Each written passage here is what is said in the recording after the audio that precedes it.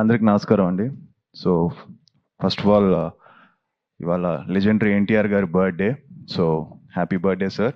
And నేను డాడీకి చెప్పాను ఇలా వెళ్తున్నానని. సో డాడీ ఇది చెప్పమని చెప్పారు. ఏంటంటే ఆయన ఫస్ట్ డబ్బింగ్ ఆయన చెప్పారు. ఆయన ఎన్టీఆర్ గారు పక్కనే ఉన్నారు.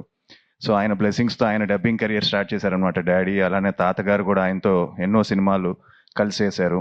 సో ఈరోజు నేను ఈ అవార్డు తీసుకోవడం చాలా చాలా హ్యాపీగా ఉంది. And thank you so much.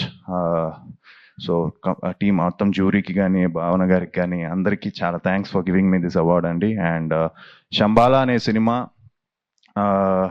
నేను ఇందాకే దర్శక్ కూడా చెప్తున్నా, ఇండస్ట్రీ వాళ్ళే అంటే మేము సినిమా చేసాం, చాలా ఎఫర్ట్స్ పెట్టాం, అంతా చేసాం. మా డైరెక్టర్ యుగేందర్కి అలానే మా ప్రొడ్యూసర్స్కి వాళ్ళు ఎంతో కష్టపడి ఎంతో ప్యాషనేట్గా ఎక్కడ వెనకాడకుండా ఈ సినిమా చేశారు.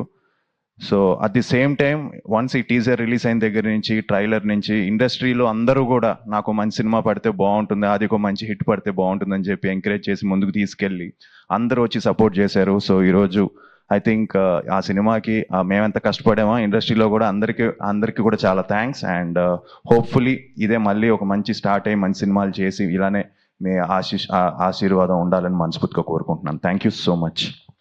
ఆది గారు అప్పుడు ఎలా పంపించేస్తాం, ఒక్క నిమిషం అండి. మరి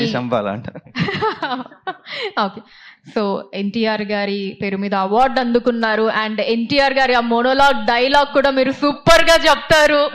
నాకు అసలు గుర్తులేదని చాలా రోజులు అయిపోయింది. అంటారు అంటే వివిధ ఫలబరా నత శేఖాశిక తరువర విరాజితంబు అంతవరకే గుర్తుంది.